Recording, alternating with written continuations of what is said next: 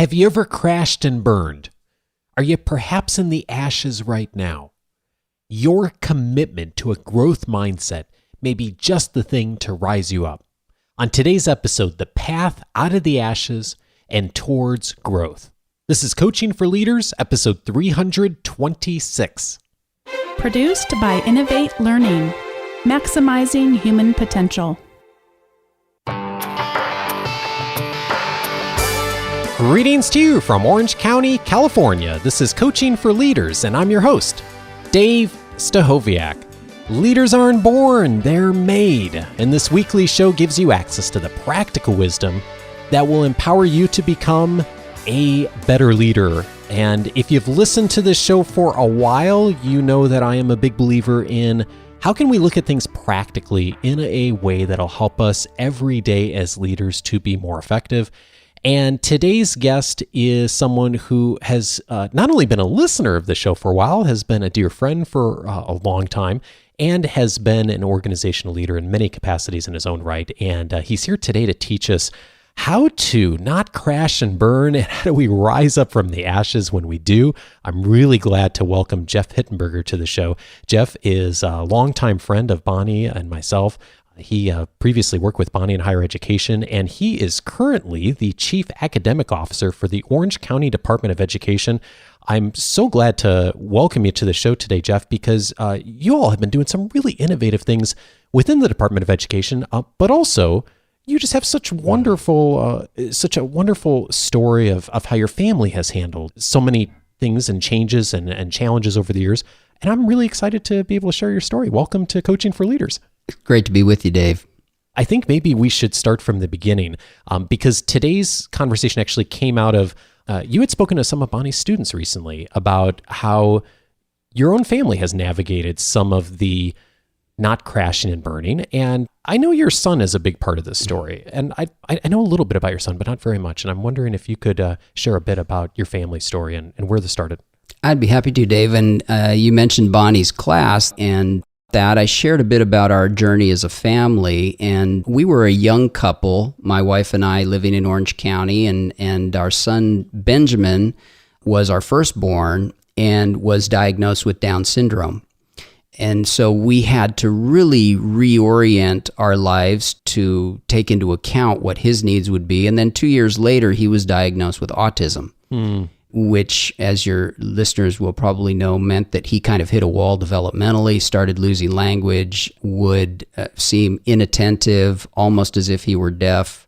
And for us as young parents, it threw us for a loop. It threw a set of challenges into our path that we had really not been prepared for.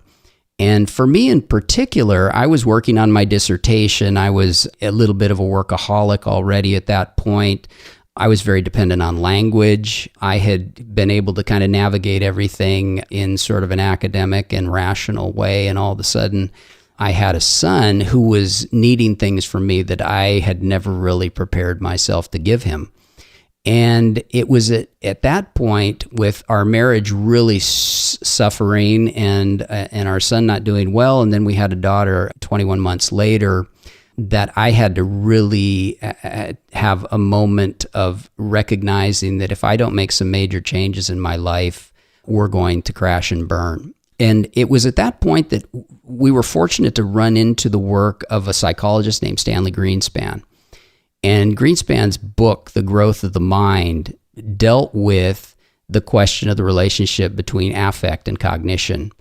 And one quote from the book that really hit me was, affect precedes cognition. If we don't take into account the emotional dimension of what's going on, we are not going to have the development cognitively that potentially can happen.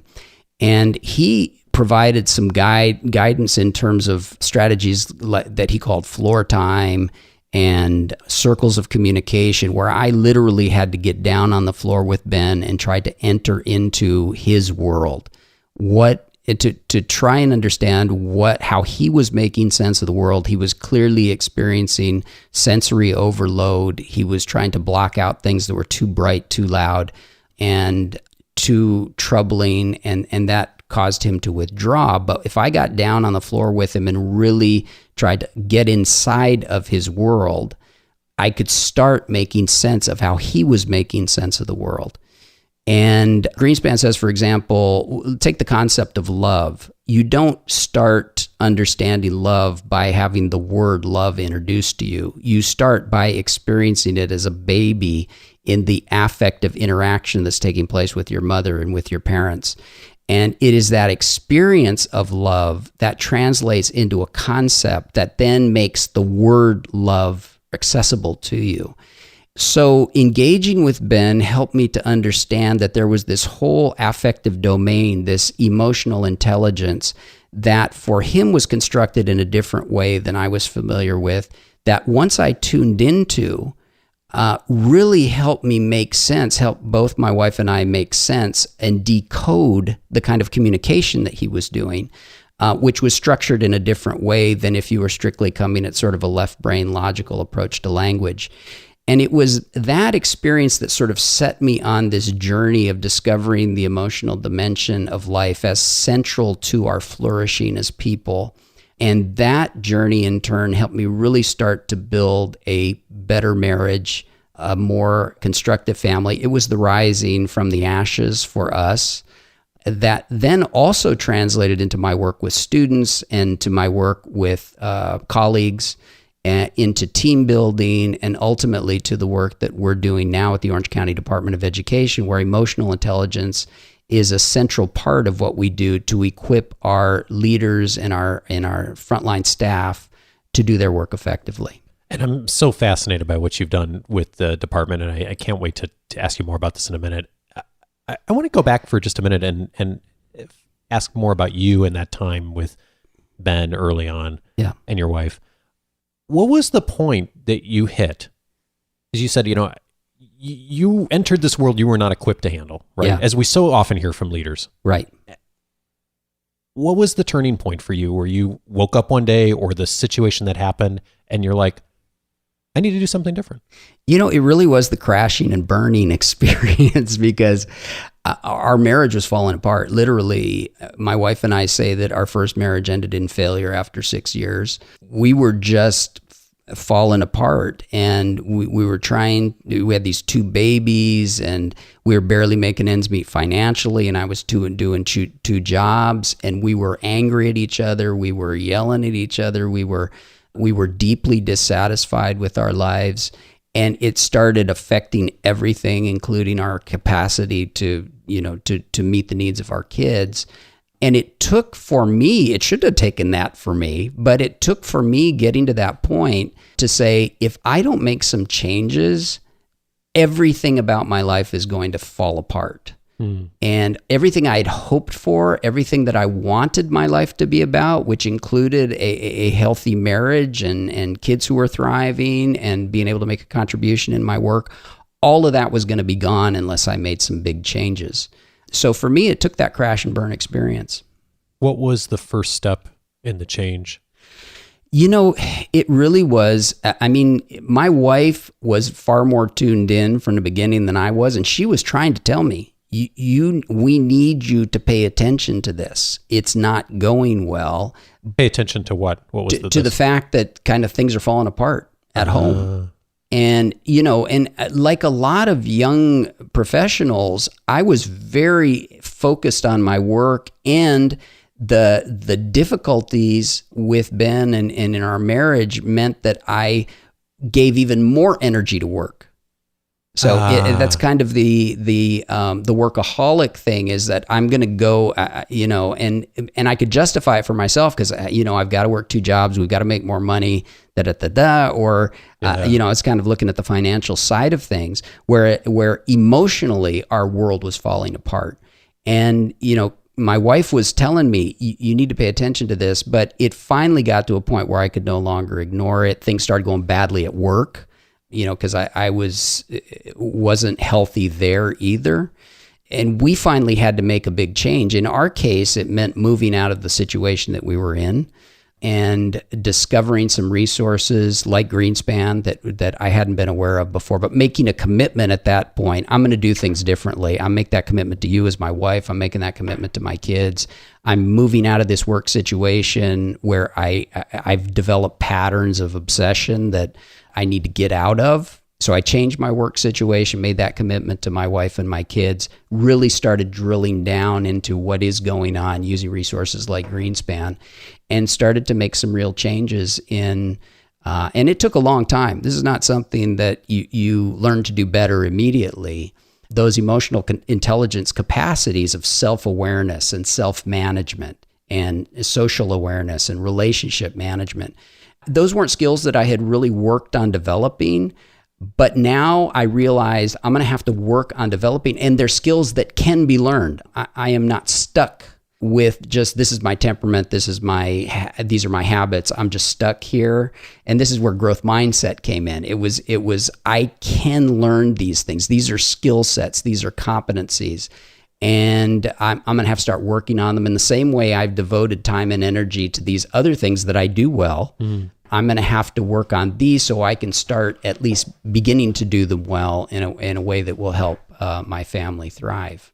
Thinking about what you said about retreating into the workplace, and you're not the first person I've heard say that, and I've had times at my life where that's happened too, where things weren't going well or there was a struggle, and it's very measurable in a lot of ways. It's very defined. Here's the goals we're working toward. Here's the numbers we're trying to hit this quarter. Here's the metrics we're watching. Yeah. It's easy to ignore the complexity of other things going on in life and put more, and to then justify it by saying, hey, we need to make the money. I'm doing this for our career and for our family. Exactly. Sounds like that happened to you too. It absolutely happened. And I think, in particular, it happens often when there are children with special needs born into a family. The divorce rate is extremely high because the feeling of incompetence, the feeling like I can't do this, I don't know how to do this, is amplified by the needs of that child. And as you said, the workplace can be an alternative setting to feel competent, to feel like here, yes, I know I can do this. But ultimately, the impact of that on a person as a team member, it's going to come out somewhere at some point.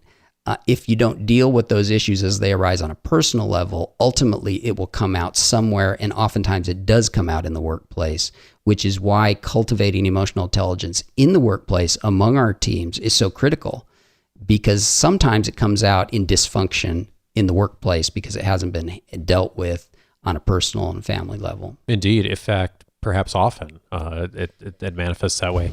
And that's why I was really fascinated to hear what you've done at the Orange County Department of Education. And of course, it's a huge organization, a government organization. And so you're doing some really innovative things. And forgive me for saying this, government isn't always the first place we think of when we think of innovation, right? Right. And yet you've really taken the mantra of some of which you've learned in your own personal story in your family, and you've applied it and put into place in this role. And you've been in the role now 3 or 4 years? This is year 5. Year 5. Okay. Yeah.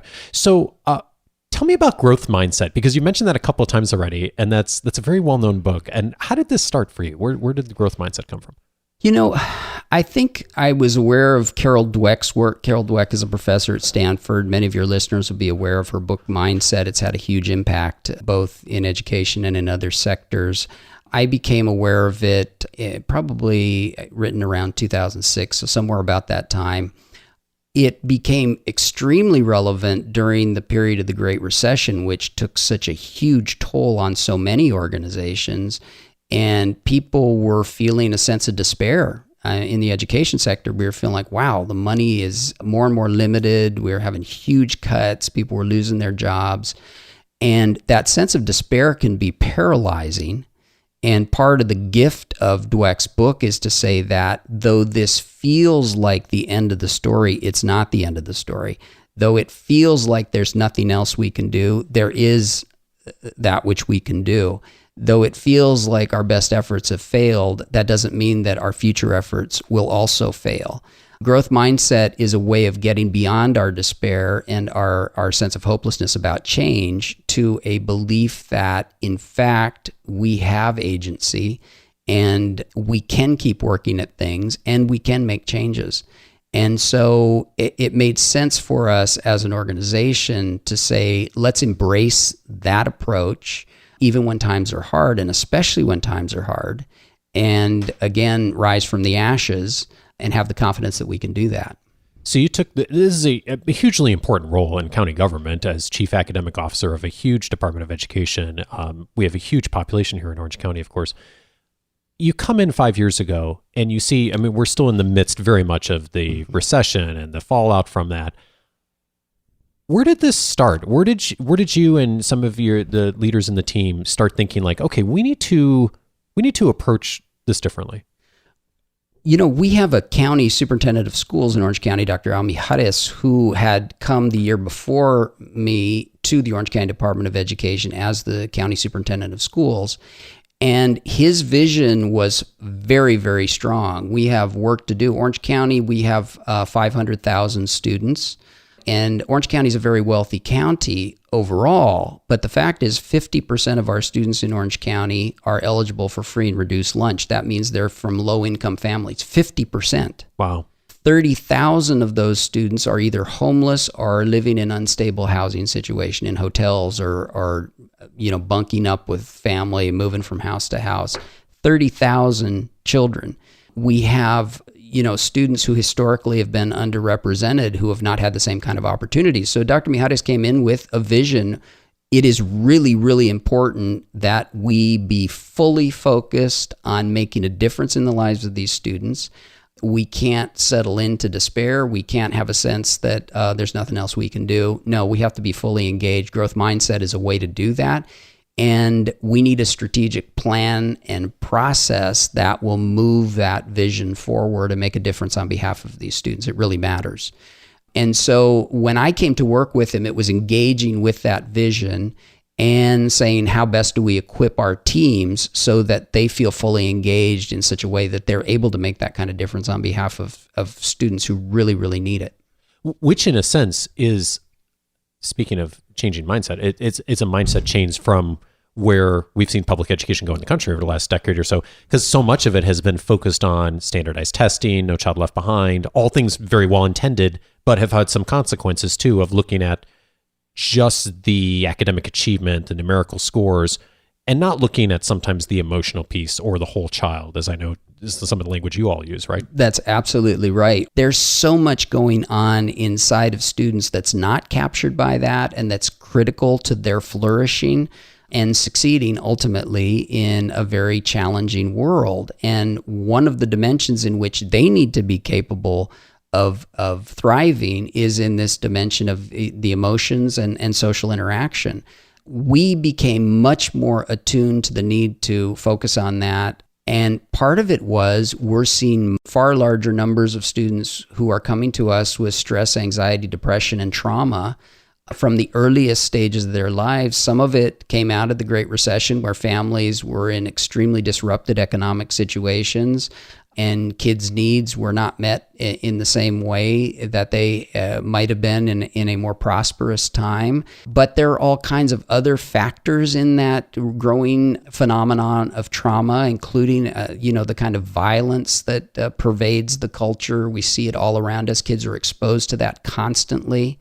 And their need for social and emotional tools is greater than ever before. So while we're attending to this with our teams, we also recognize the need to attend to this with the children and their teachers, that this emotional dimension will, if neglected, will be a huge obstacle to their ultimately flourishing in the way we want them to flourish. So you're looking at the whole child concept and also from your own organization, the whole adult. That's really, right. Of how do adults who are navigating also a very difficult time and interacting with students, many of them who are disadvantaged, also getting a lot of those stressors and those challenges on a daily basis. That's exactly right. Our sense is that what we're after, no matter what sector we're from, is human flourishing. Yeah. It's human flourishing at the individual level, at the level of families, at the level of communities, at the level of schools, and ultimately human flourishing in our society as a whole. And every sector can make a contribution to that, we want to partner with every sector, business and industry, community agencies, government, family, faith communities, because together we have this common interest in contributing to human flourishing. So if we want to do that, it makes sense that we do that in our workplace with the people who are on our team so that they themselves are flourishing and can make the contribution ultimately that they're capable of making to that human flourishing. So this whole adult mindset, going along with the whole child mindset, the strategic vision. Yes. What did you do? Like, how did this actually play out? Because that's a great vision. I think a lot of organizations have that. Yeah. But you really put the rubber to the road. Well, that was what we were aiming to do. And I can't say that we had a grand plan. It really was, where do we start? What would be something to start with? And we did, as you said, we had as a strategic priority the whole child, the whole person. And Dweck had been, the growth mindset stuff had an impact on a number of us in leadership. So we decided we need to invest in our people and really make that growth mindset idea central to our, professional development for our teams. And so we began with a year of learning communities around the mindset book, peer facilitated learning communities of 15 to 20 people, where our team members would have a chance to get together with people from other divisions and really just talk about what is entailed in this growth mindset. And if you've read Dweck's book, it's very accessible and it touches on a lot of aspects of life beyond simply the workplace.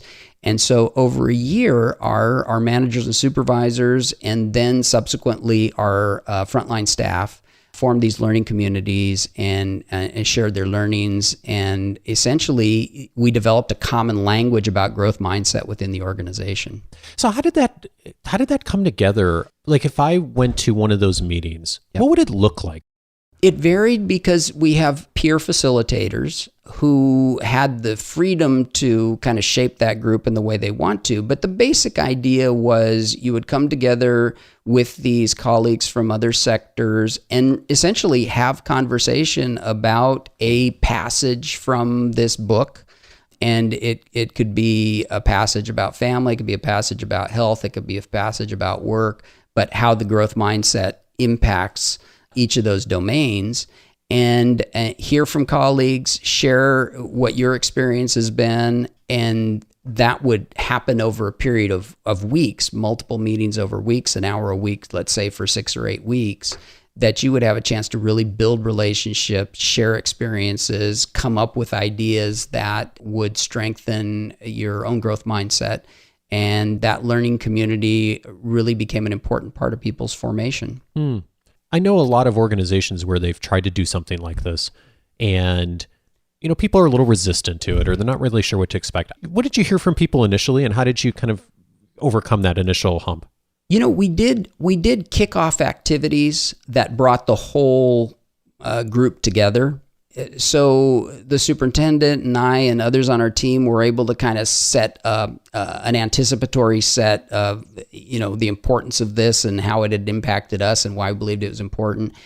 And so people pretty quickly embraced it and experienced it as an opportunity that they wanted to participate in. They felt the hopefulness of it. They felt the sense that we as an organization were committed to their growth and saw this as something that they could participate in during the workday. And so it was generally perceived as an investment that we were making in their growth as people and in their flourishing.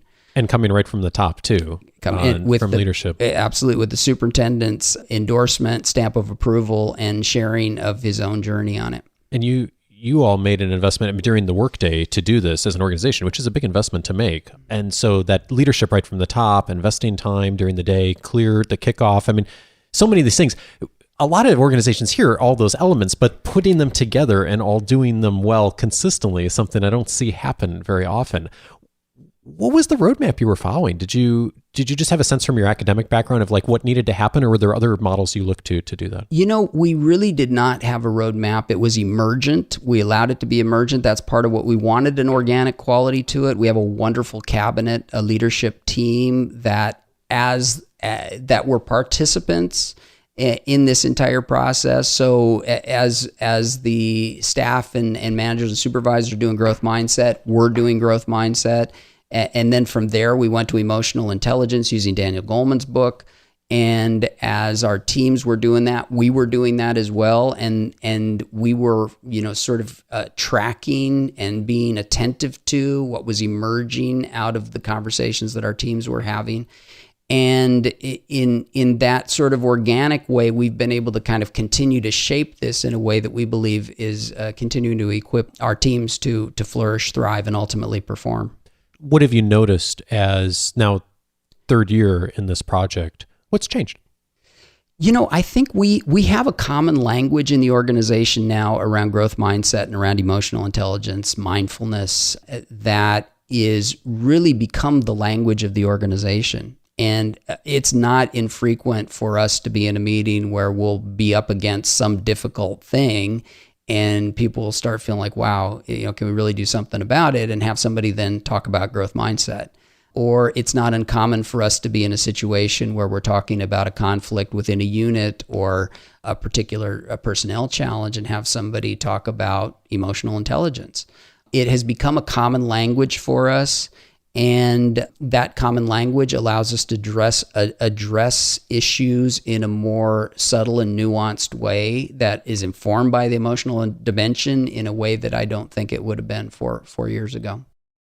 Part of the challenge, I imagine, with the employees you're working with and, of course, the students in these tough situations is people run into situations all the time that would cause people to crash and burn and need to recover. How has this helped with prevention on that and resilience when they run in those tough situations? Some of the challenges we face are challenges that arise when we have emotional intelligence failures in our interactions. That is, let's say I'm a manager and I'm experiencing resistance from an employee, or I have 2 employees who are in conflict with each other. If I'm exercising my emotional intelligence, the way I will approach that challenge is different than if I'm going directly from stimulus to response. I feel this, boom, I'm going to react that way. And that reaction sometimes creates challenges for us that are larger than the initial issue. And the accumulation of those challenges that can arise out of my not functioning with emotional intelligence can create circumstances that ultimately will lead to me crashing. So the emotional intelligence competencies, if you will, are preventative of issues that could be dealt with when they're small, instead of fanning flames that then become a fire and create a major problem for me down the road. So I think in that sense, emotional intelligence does play a preventative role. What do you hear from your managers and leaders in the organization about this?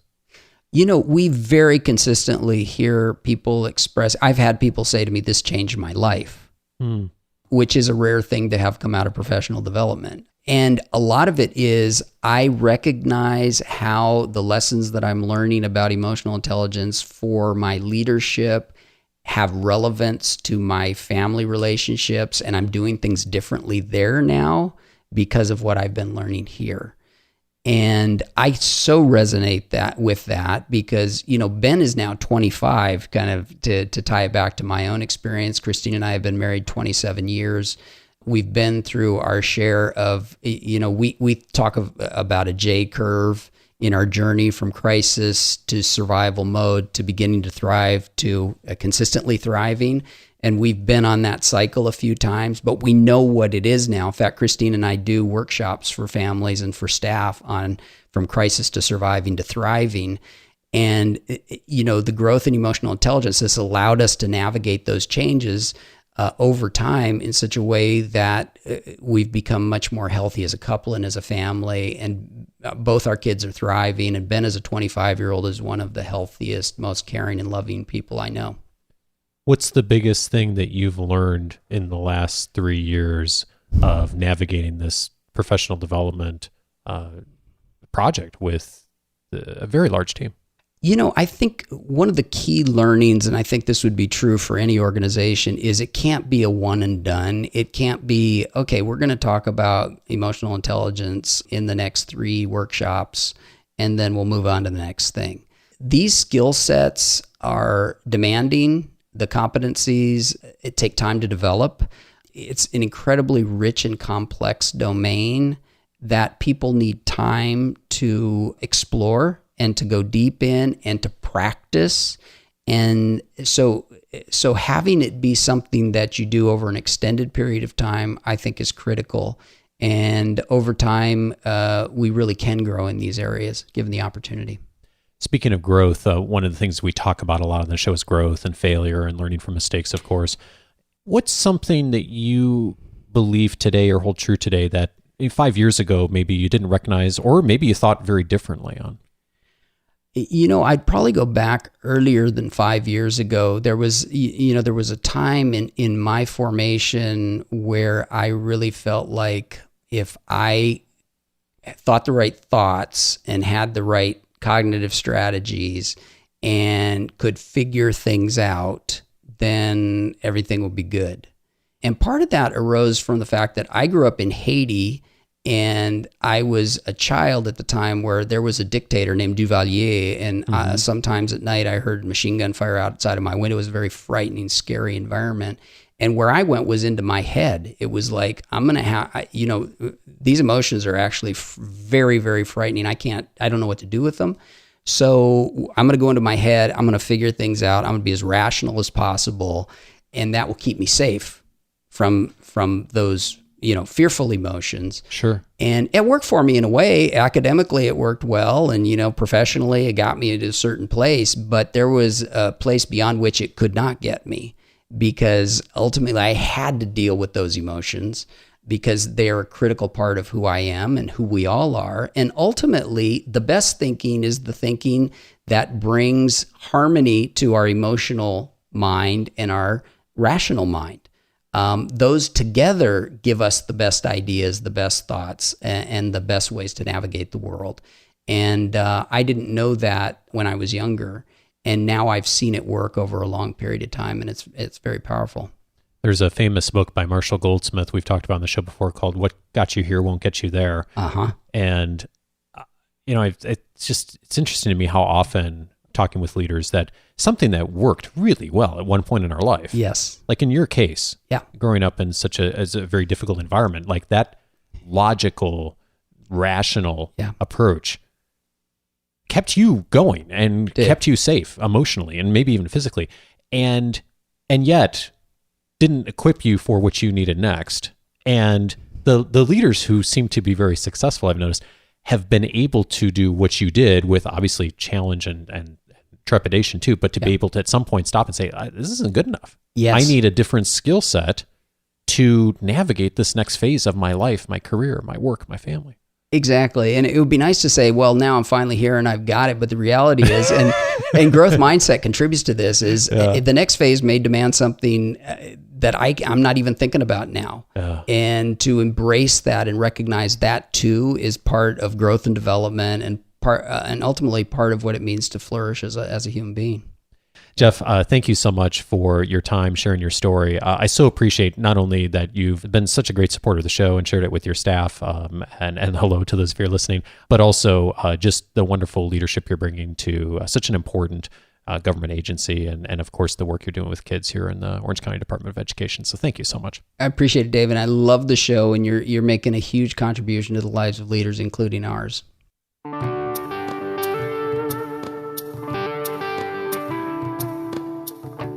Thank you, Jeff. Jeff always loves connecting with folks in our listening community, and you heard him mention that he's even doing teaching of parents on how to work through some of the challenges that his wife and him worked through earlier in their marriage. If you'd like to connect with Jeff, LinkedIn is a great way to do so. I'll be sure to put that link in the show notes and this week's leadership guide as well. And if this conversation has gotten you thinking about where you may go to either rise up from the ashes or just really tap into that growth mindset, a really helpful starting point is figuring out where you are today. And if you're listening to this shortly after it comes out in early December 2017, then a resource that's available to you right now is a 10-minute life score assessment from Michael Hyatt. You can reach it at coachingforleaders.com/life score, one word. And if you haven't taken an assessment like this before, it will give you pretty immediate clarity on a number of the important areas of life and how you're handling them, what you're doing or not doing in each of those areas. And if you'll take a few minutes to do that assessment, I think it will really give you a starting point for thinking about where you want to start really tapping into that growth mindset, not only now, but beginning in the new year. So again, you can access that. It's just available for the next week or so. Go to coachingforleaders.com/life score. I'll have the link again in this week's coming leadership guide. And while you're online, if you haven't yet set up your free membership on the Coaching for Leaders website, that is a great way to get access to a lot more information on some of the things we talked about today in the conversation with Jeff. He mentioned a number of the tactics that they're using for talent development and training in their organization. There are entire categories in the podcast library on the free membership portal on talent development, training skills, personal leadership, many of the things we talked about in today's episode. Tons of other resources and experts we've had on the show talking about some of those. I'll mention a few of them here in just a moment, but you can access the entire library by setting up your free membership right now. Just go to coachingforleaders.com. Right on the homepage there, you'll see a place to do that. It gives you access to the entire podcast library from the last almost 7 years now, organized by topic, plus a ton of other resources, including the MemberCast, my personal library. Coachingforleaders.com is where to go for that. Now, a few of those episodes that you may want to check out if today's conversation got you thinking about your own growth and the growth of others in your organization. Episode number 30, this is going back several years, but the topic on this episode just as relevant today as it was when it was first aired. I aired an episode on 6 mistakes leaders make sending people to training. As many of you know, I have been in the training and development industry now for the better part of almost 20 years now, getting close to it.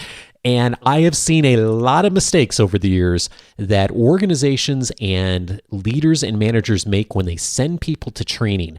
And in that episode, I detailed the 6 most common ones that I have seen over my career. I have seen them again and again and again. I still see them very regularly. Episode 30 is a great one to check out if you are sending people to training or thinking about sending people to training. Those are 6 things that if you'll avoid will give you a much better return on investment for your organizations. Again, that's episode number 30. Also, check out episode number 155, 3 strategies to build talent in your organization. Mark Allen, one of my professors at Pepperdine University, when I was doing my graduate work there, was on that show. Mark is a extremely talented authority on corporate training, corporate universities. We talked in that episode on some of the key strategies for putting together training programs and corporate development in your organization. We also talked about some of the common mistakes there as well too. If that is something your organization is doing or you're thinking about doing, episode 155, a great starting point. And Mark has several books out that will also give you a good starting point for strategy on how to do that. And then you also heard Jeff and I mentioned Marshall Goldsmith in this conversation. Marshall was on episode number 196 talking about his most recent book, Triggers, Creating Behavior That Lasts. If you're looking to create the kind of behavior that is sustainable for you and for your organization, that is a very important starting point. Episode 196, Marshall went into detail on how he does it for himself, how he coaches clients to do it, and some of the models that he teaches all over the world and to some of the top corporate executives. So again, episode 196 is where to go for that. You can reach any of those episodes just by going to coachingforleaders.com/the episode number. That will get you there. And one of my favorite things to do each week is to go visit iTunes and check out some of the reviews that many of you have listed over the last week. And I had a great time going to read one of the reviews left by Beezer Boy in Canada this week. He wrote, "This podcast is causing me 3 issues. Number 1, I don't listen to music much anymore because I'm always listening to Dave. I miss my music. Number 2, my boss says I spend too much time learning about leadership. Not sure what to think of that. And number 3, my coworkers cannot have a conversation with me about interpersonal affairs at work without me sending them a podcast from Dave. If Dave and his guests were less interesting, I could go back to my one-man road trip concerts. Beezer Boy, this is just one more piece of evidence why I have never met a Canadian I did not like. Thank you so much for the kind review. Hey, if you've been listening to the show for a bit and the show's been helpful to you too, take a moment to leave a review on iTunes. I read them all, makes my week every time. Thank you so much. coachingforleaders.com/iTunes, where to go. See you next week for another topic on leadership. Take care.